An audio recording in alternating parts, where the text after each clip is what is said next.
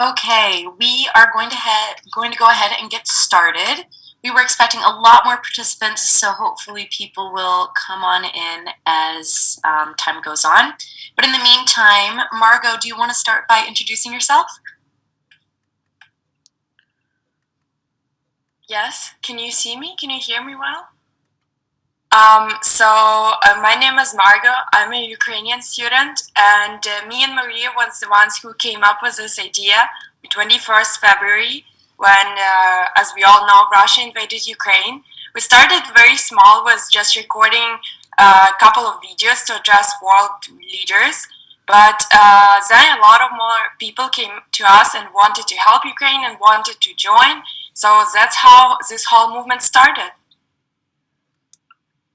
Absolutely. Thank you so much, Margot. So for those of you who don't know me, as Margot just said, her and I started this movement together exactly 1 month ago. This is the anniversary for those of you who aren't aware. And now our movement has grown quite substantially, and it's taken us some experimentation to figure out the best way to organize ourselves and proactively make a difference. So that's why we're hosting this webinar, is to share it with you, to ensure that you all are still interested or interested in joining in the different levels of involvement that we now offer.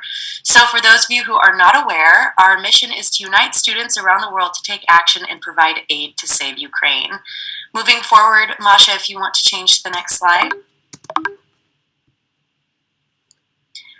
We have our main mission that I just said. We have a variety of goals, projects, and initiatives, and our platform not only serves as a way for us to execute our own initiatives, but as a grassroots campaign aggregator to help other volunteer organizations or grassroots campaigns that aren't sure exactly how to help or how to get more volunteers for whatever it is they're executing. And before we partner with them, especially the ones that include financial contributions, we independently verify all of them for legitimacy prior to partnering with them, and we have more information about our transparency regimen on our website and through our director of transparency, who you can contact at any time. We'll talk about that later as we get into the presentation. For now, what we want to do is go to the next slide, Masha. Thank you. We want to discuss some of our main goals. So our idea is to be able to provide humanitarian aid to Ukraine in addition to providing aid to refugees. This includes legal aid, mental health resources, housing, relocation, etc. And our aim is to use our student status to push world leaders and policymakers to condemn Putin's military action and aggression. In addition, we would like to continue fundraising to send money to UNICEF Ukraine and the Ukrainian Army through t-shirts, which we will discuss later in the presentation. Sending leads to journalists with the latest breaking news unfolding in Ukraine. This is largely done through Telegram. Doing anything in our power using our networks and our resources to make a proactive difference and actually try to do something. So right now we have 21 ongoing projects, 3 pending projects. We've had 121 signups through our website and through our Google form. Most of you are very familiar with that process by now. We have presence in 67 different cities and 41 nationalities, which is very cool. We really encompass the spirit of a global action and a global network of students that would like to do something to save Ukraine. So now what we're going to do is we're going to discuss our ongoing projects, and we're going to take about a minute each to go through those so everybody can have an idea of what we're doing, and then you can decide if you would like to move forward as an active volunteer or simply a member of our community. So before we go into that, I would like to say that we have a pending joint project with ESCP. For those of you who are not familiar with ESCP, it's a business school in Europe that has campuses all over the continent. And and we will disclose more information about that later on as we have more details, but it is being discussed and we're very excited about it. So now we can move to the first project, and this one is a very broad one, but it is important to mention. So the first one is, now that we have 129 members, is to utilize our student and alumni networks to achieve our goals, the goals which we discussed earlier. And this is largely due to the fact that many of us have connections and many of us have resources where we can talk to people in positions of power and push for proactive change, whether that's a donation, whether that's humanitarian aid, or whether that's simply sending out information about us and our organization and how we can help. So you can read more about this on our homepage, on our website, and we'll send the link here in the chat shortly. So moving on, we can go to our second project, which is government representatives. Now, this is more substantial in the United States, and unfortunately, not a lot of our U.S. members were able to join this evening, but we do have a sizable presence all over the United States. And by utilizing that network, we're attempting to apply pressure on government representatives and policymakers to take more viable action, and ideally, this includes both humanitarian and military aid. We're doing this by petitioning, calling, emailing, and meeting with whomever we can. A lot of our students are also alumni of different U.S. State Department exchange programs, so they have access to special grants and special access to meetings with diplomats where we are trying to lobby more for our administration's goals. So if you're interested in working in government relations, please don't hesitate to contact us and let us know. This is something that we think could be very, very valuable as students if we come forward and tell our government representatives and our leaders how we're feeling and what we expect from them. Moving forward to our videos, Margot, would you like to explain these, or would you like me to? You can tell about it.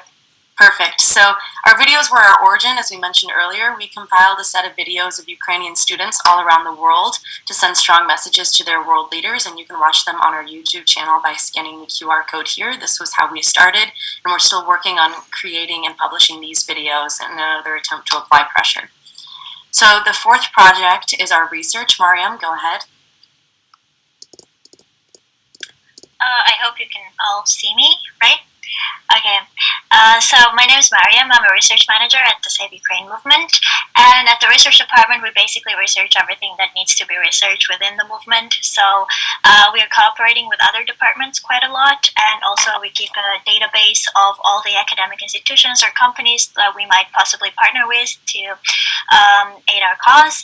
And also right now we have an ongoing project of researching mental health resources for Ukrainian refugees, working with the refugee department. We have a lot of different and interesting projects going on within the research department. So I am very much looking forward to your involvement. Yeah, that's it from my side. Marvelous, thank you. So the next is our corporate context. We have a multifaceted approach to this particular issue. So the first is applying pressure to companies as their consumers to stop conducting business in Russia in a form of protest. The second is to work with these companies to provide a young, global, and Ukrainian perspective on how to best help refugees find work and integrate them into their workplace. And the third is to obtain sponsorship to further our donation goals and mitigate Ukraine's humanitarian crisis. The sixth project is our international organizations arm, and we are actively trying to contact organizations and supranational bodies such as the EU, the UN, NATO, IMF, WHO, UNICEF, etc., to see how we can help them achieve their goals as students and what we can contribute. And this also includes requesting sponsorship so we can continue to meet our goals. To be honest, we haven't had that much luck in this department, so if any of you have any connections or ideas, we would be more than happy to discuss them with you. Moving on to project number 7, cybersecurity. Margot? Yes, so actually this project has two different parts of it. It's cybersecurity and disinformation. And in disinformation part, we work on flagging false fake news that are spread by Russian government or Russian services. And in the other part, that is cybersecurity, me and our manager Gaspar, who unfortunately could not join us tonight. We work in setting up cooperations with different cybersecurity firms across Europe and taking their help in providing our support to Ukrainian government wherever they might need it. Thank you, Margot. So the 8th is events. Julie, are you here? So Julie couldn't make it today, unfortunately, so we'll present for her. So Save Ukraine also does events for its main goal to organize and get fundings. So the fundraising events are held by different individuals in many conjunctions by the universities in order to raise as much funds as possible to help families and individuals struggling in Ukraine. So the types of events include raffles, auctions, bake sales, closed donations, and many more. And our target also is to fund UNICEF Ukraine and to redistribute as much as possible to the children in Ukraine. Thank you, Emcee. I believe the next is also social media, so take it away. Fair enough.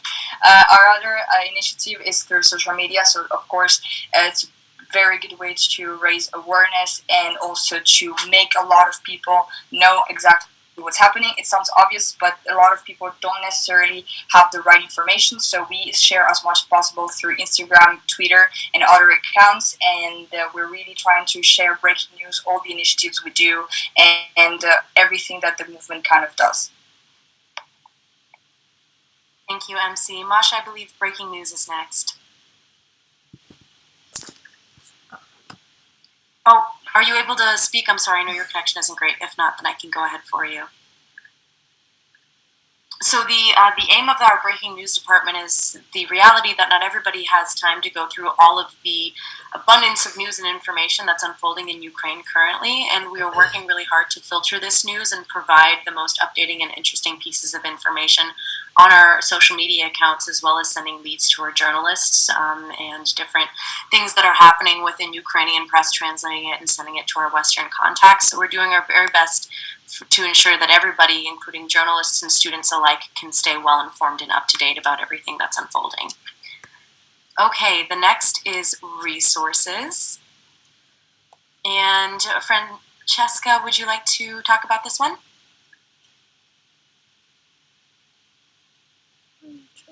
I don't think the resources is my section. Okay, no worries, sorry. Okay, I'll just go over resources real fast. It's multifaceted and it's changing quite often. So we have a variety of resources that we've structured under three main categories. The first is general resources, which include verified fact-checked information, donation sites, and location-specific information regarding volunteering opportunities in different cities. And then the other two resources are refugee resources, which is the legal aid and relocation we mentioned earlier, and mental health resources, which Mariam was talking about. Now, our goal with these mental health resources is to, of course, provide them to refugees who come our way, but also to provide the resources for students within our movement and within our community. So if you're struggling, please don't hesitate to reach out to us. The 12th project is grassroots campaigns. Josie, are you here? Yes, I am. Hi, guys. I'm so excited to meet you all. I'm the manager of the grassroots right now. And just because we're growing so fast as a movement, we now started also offering our structure, as well as just in general reaching out to local movements who have similar or the same goals as us. So we're partnering up with them, offering guidance, volunteers, media coverage, and just in general our resources. And we're always open and excited to have new people join, especially from all over the world, so we're able to cover more regions in general. Thank you. Wonderful, thank you. So the next is translations. Given the vast amount of information that we are processing and sharing, we have a lot of people who are doing translations, as much of our team is multilingual, and we have dozens of different languages at our disposal, and this allows us to translate breaking news as well as provide important refugee information to Ukrainians coming to a variety of different countries, whether they're in Europe or elsewhere, and to ensure that they are relocated to their country of choice as quickly and as smoothly as possible.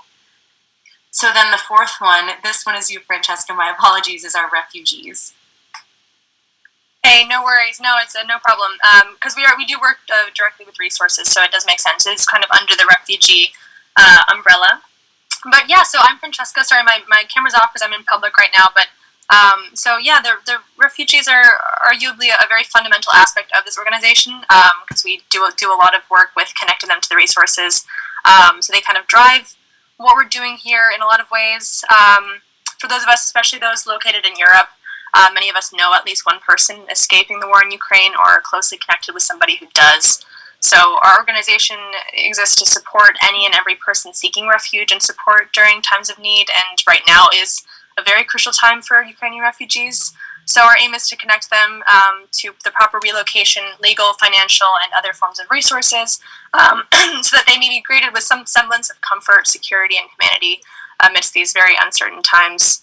So we're going to be working very closely with advertising and, as I mentioned, the resources department to reach as many refugees as we can to serve as a touch point for whatever intermediary home they find themselves in. The current stage of this project right now, so we're compiling all necessary information regarding what is required and also what is provided across the EU especially, but also in other places like the US, in order for Ukrainian refugees to safely and legally enter and live in the countries that are accepting them. So our goal is to have like a spreadsheet of all the available information in one place. That's what we're working on right now. Thank you so much. We can move past mental health resources as we've discussed it. So next is legal aid, ECAB. Yes, can you guys see me? Hear me? Yes, awesome. So, hello everyone. My name is Akab. I'm actually one of the people that isn't in one of the ESCP campuses. I'm in Madrid, and I'm in charge of the legal aid department. So, the idea behind the legal aid department was to essentially serve as a bridge in between people that are looking for a way to legally transition into a variety of different jurisdictions, and essentially getting them into contact with lawyers and or providing the preliminary kind of advice that they would need to begin with. Right now, as it stands, our project is at the very kind of grassroots level. The only headway that's been made has been primarily in Madrid, which is where I'm at, since it's the place that I can most easily get into contact with law firms. But if you were to join this project, the big thing that we would need right now would be to essentially reach out to different law firms, see if they'd be interested in collaborating with us, essentially selling them the ideas of becoming an intermediary between people that need help and essentially the people that can offer the help. So as I think already Francesca mentioned, one of the biggest issues that we're facing and that in this crisis is being faced is that people are essentially being forced to move very quickly and are being forced to into very precarious positions, let's call it, and added on to that is the whole legal situation that they find themselves in. So trying to alleviate that as best as possible is kind of the idea. But really, we need as much help on this one as possible, since right now it's just been me and two other people. So even if you don't have any legal experience, I would very much love to work with you. I'm sure that we'll be able to do a bunch of good work. Thank you, ECAB. So next is our academic institution relations, and this is sectioned into 4 separate parts. That's United States universities, European universities, U.S. school districts, and U.S. high schools. And our goal is to work together as students and as students of different academic levels and ages to pressure our governments and policymakers with the weight of our academic institutions behind us and backing us. And forging these relationships establishes a united front, which is very important to enact large-scale positive change.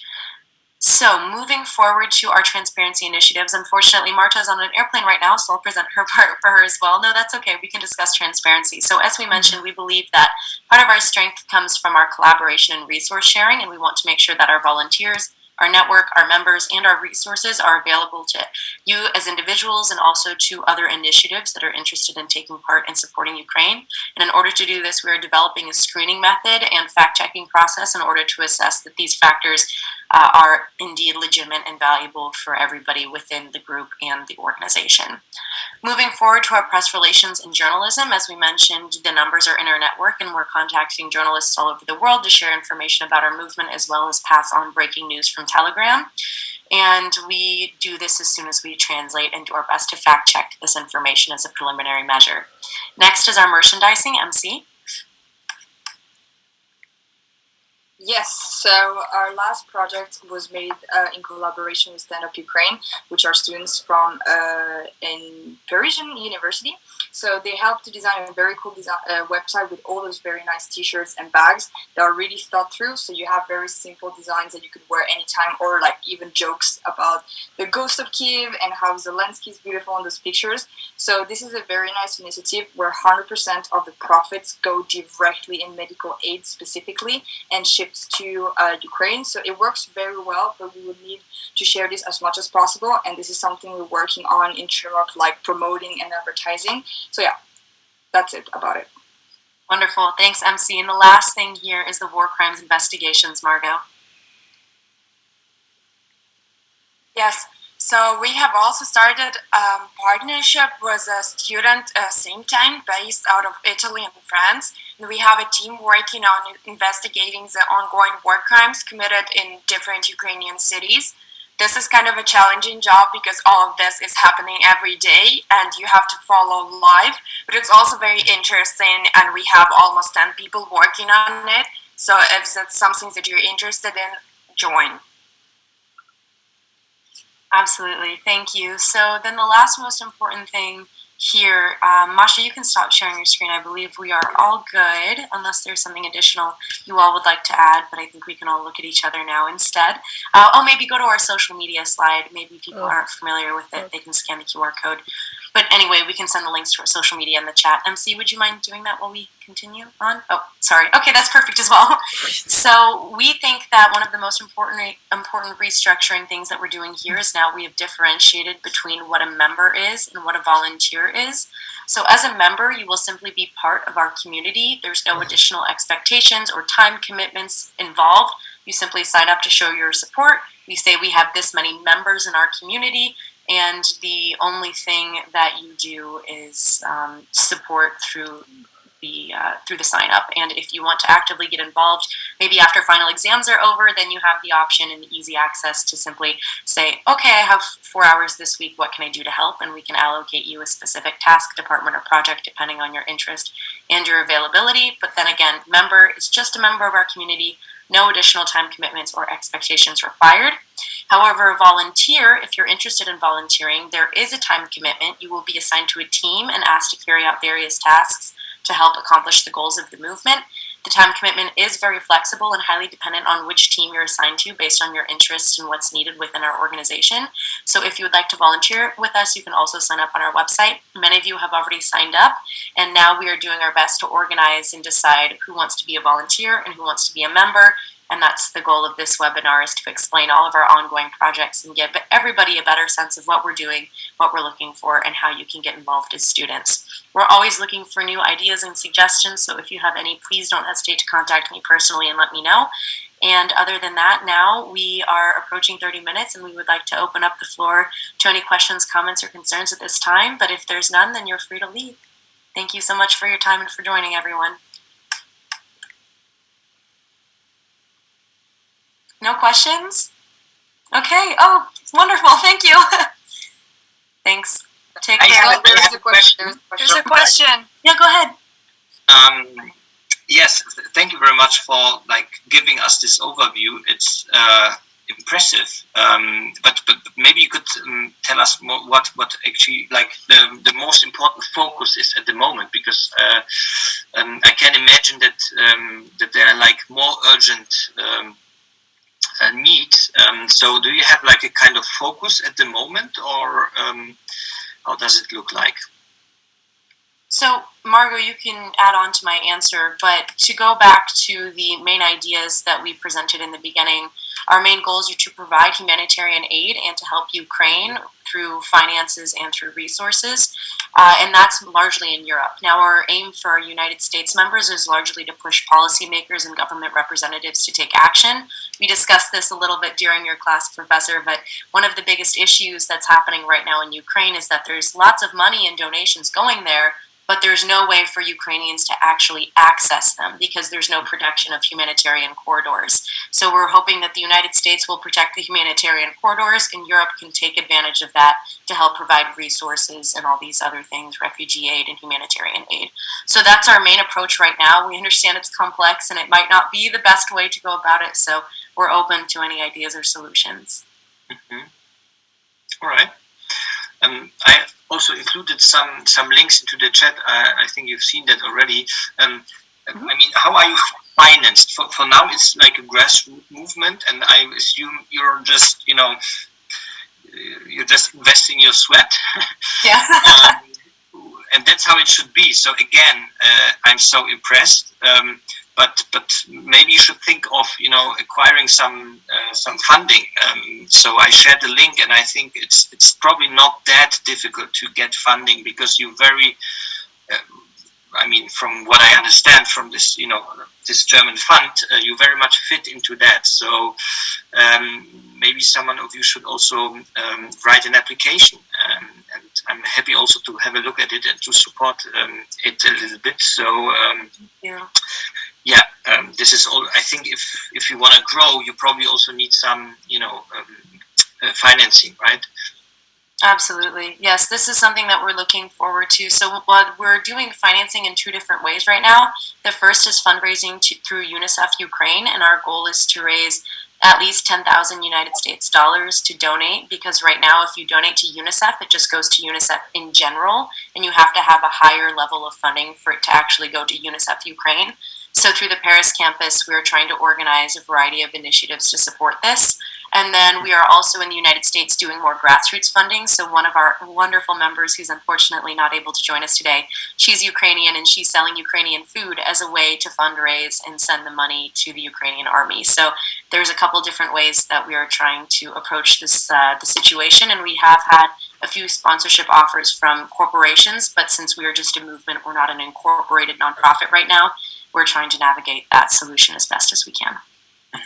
Okay. I hope that answered your question, and thank you. Yeah, Emcee, go ahead. Yeah, I just want to add something to complement the overall vision. I feel like we have a goal, but we're also using this as a platform to kind of concentrate a lot of initiatives going on, and especially through social media. So everyone does their own thing. Some do crowdfunding, some create t-shirts and everything. So maybe, yes, we do have this main goal for humanitarian aid, but we're also grouping together everything that everyone is doing and kind of bringing community together to help everyone, helping everyone. And I feel like this is also the network kind of aspect that we have, especially as ECP students, that we know the people that may have either the money or the organization or whatever, and we just group it. And that's something that's been working very well already. Yes, thank you, Emcee, for adding on to that. Chantal, go ahead. Yes, I just wanted to say that there are like a lot of projects. So I feel that many people, yeah, as you said, SFA, like the network is very important.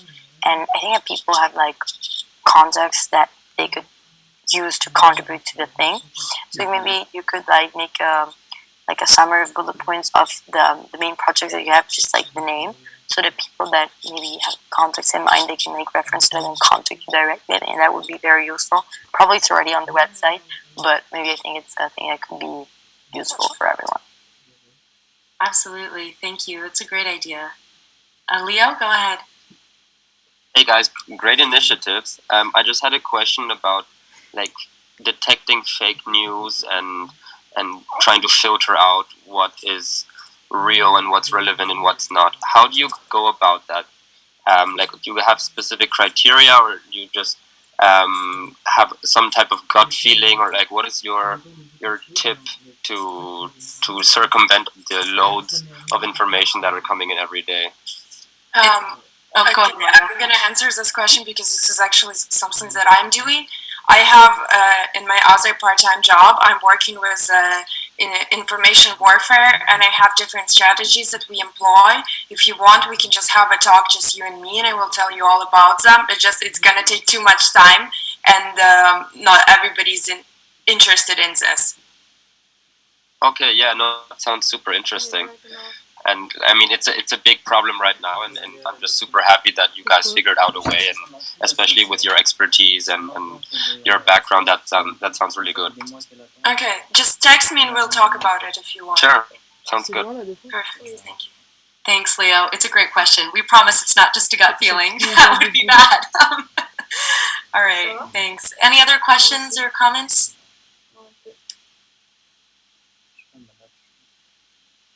Okay, well, if you all would like to take a chance now, I'll send a link in the chat. Many of you have already signed up through Google form, but now if you're interested in specifying whether or not you'd like to just be a member of our community or an active volunteer, it would be wonderful if you could specify it on the survey so we could start to reach out to those of you who are interested in actively volunteering and better organize ourselves.